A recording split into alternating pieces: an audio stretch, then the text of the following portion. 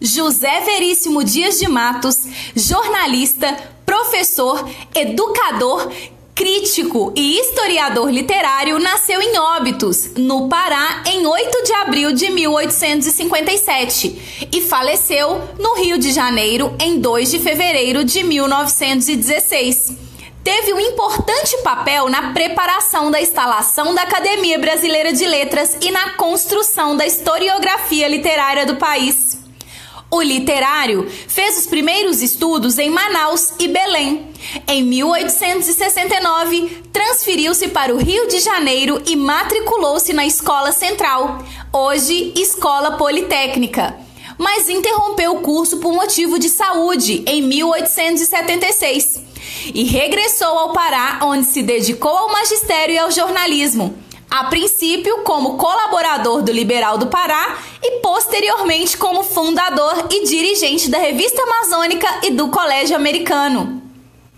Em 1880, viajou pela Europa.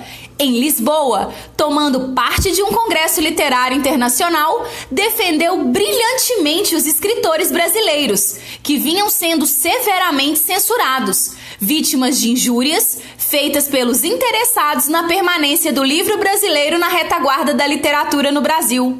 De volta ao Pará, o historiador literário foi nomeado diretor da Instrução Pública e logo após fundou e dirigiu a Revista Amazônica e o Colégio Americano.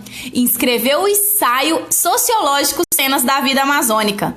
Voltou à Europa em 1889, indo tomar parte no 10º Congresso de Antropologia e Arqueologia Pré-Histórica, quando fez uma comunicação sobre o Homem de Marajó, antiga história da civilização amazônica. Em 1891, transferiu-se para o Rio de Janeiro, onde retomou o magistério, interrompeu seus trabalhos de sociologia e de história para se fixar na crítica e na história literária. José Veríssimo discutiu, no Jornal do Brasil do primeiro semestre de 1892, as reformas do Sistema Geral do Ensino Público introduzidas por Benjamin Constant, delas fazendo uma crítica magistral, que depois ele acresceu como introdução da 2ª edição de seu livro, A Educação Nacional.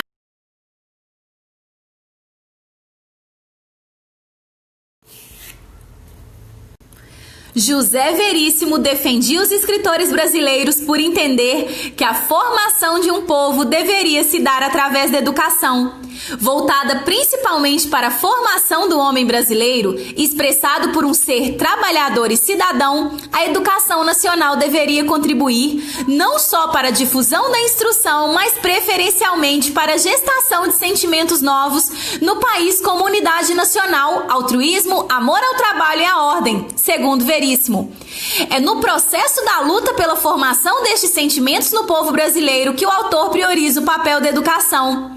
É importante observar que a obra de José Veríssimo, ao fazer a defesa da educação nacional como uma questão primordial para o Brasil no início da instalação do regime político republicano no país, ajuda na pesquisa voltada para a história e a filosofia da educação. Ajuda a entender não só o esforço dos homens para operar a educação escolar para todos, mas permite compreender também aquilo que lhe dá forma, ou seja, a luta pela ordenação do Estado. A defesa da educação nacional está diretamente ligada à defesa da ordem produtiva regida pelo capital e pela interiorização da consciência que lhe dá forma.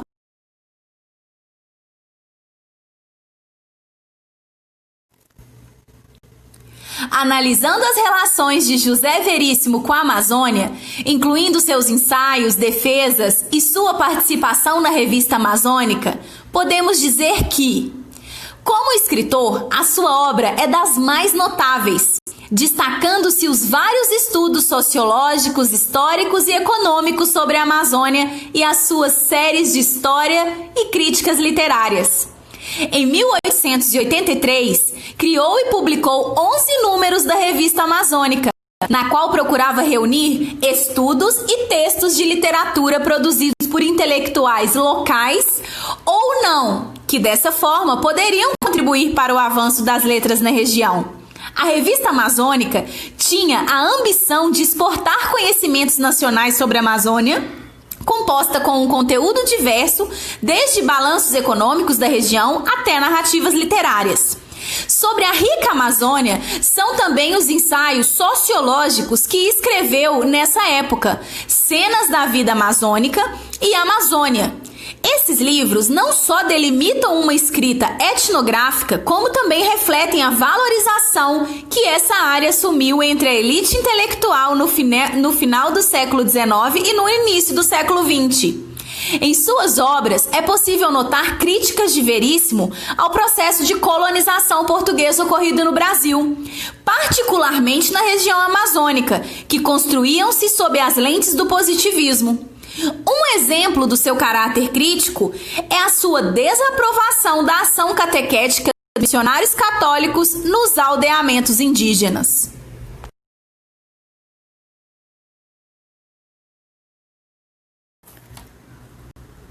Referido sempre como fundador da Revista Brasileira, José Veríssimo, na verdade, dirigiu a sua terceira fase, que começa em 1895 e vai até 1899, completando 20 volumes em 5 anos.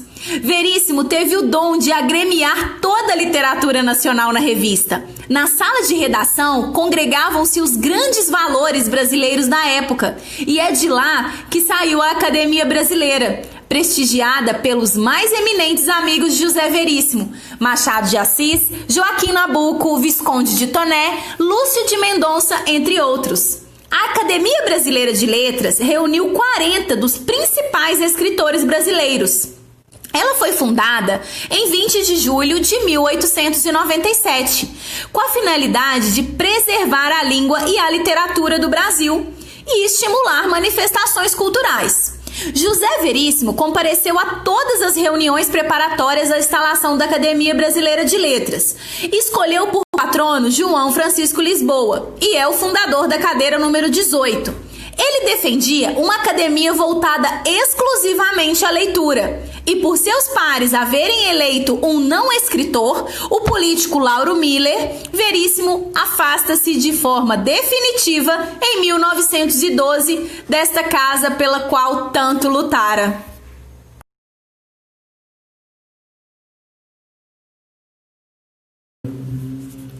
As temáticas de José Veríssimo variavam em torno das temáticas vivenciadas pelo escritor em seu contexto. Ensaios sociológicos, históricos e econômicos sobre as riquezas da Amazônia e sua etnografia. José Veríssimo iniciou suas atividades no campo das letras com o jornal O Liberal do Pará, jornal vinculado ao Partido Liberal vigente, onde iniciou sua publicação de contos, críticas literárias e relatos de suas viagens. Ainda no Pará, colaborou também com os jornais O Diário do Grã-Pará, A Província do Pará, O Comércio do Pará, A República e, em 1879, sua própria folha, a Gazeta do Norte. Em 1883, fundou a Revista Amazônica e publicou 11 edições. Lá, priorizava-se os estudos e a literatura produzida por intelectuais da região que pudessem contribuir no crescimento do mundo das letras.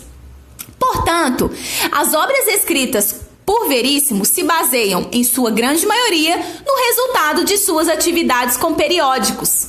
Suas obras com maior destaque são Interesses da Amazônia, que tratava de questões etnográficas da Amazônia, A Amazônia, um compilado de artigos elaborados no período em que estava no Jornal do Brasil, relacionavam a Amazônia, temática de colonização e imigração, o Ensaio Pará e Amazonas, de 1899, que tratava de assuntos territoriais de interesse paraense, se configurando como um ensaio marcadamente político.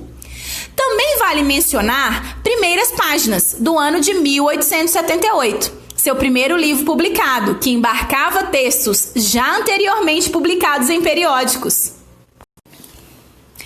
É nesse sentido que, ao refletir sobre o que é literatura, Veríssimo apresenta uma definição plural.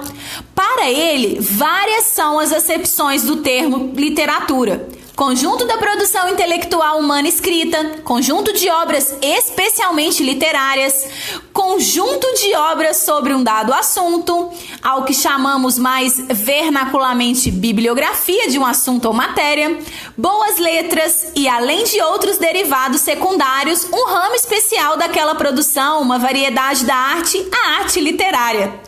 Se na sua história da literatura brasileira o critério de Silvio Romero era o nacional, ou seja, se importavam para ele as obras que efetivamente tomaram o nosso meio e raça como elementos articuladores da narrativa, Veríssimo, ao contrário, articula de forma dialética história e literatura. Sem perder de vista o ângulo nacional, as obras distribuídas ao longo da história brasileira eram apreciadas a partir do que nelas existiam de mais propriamente literário.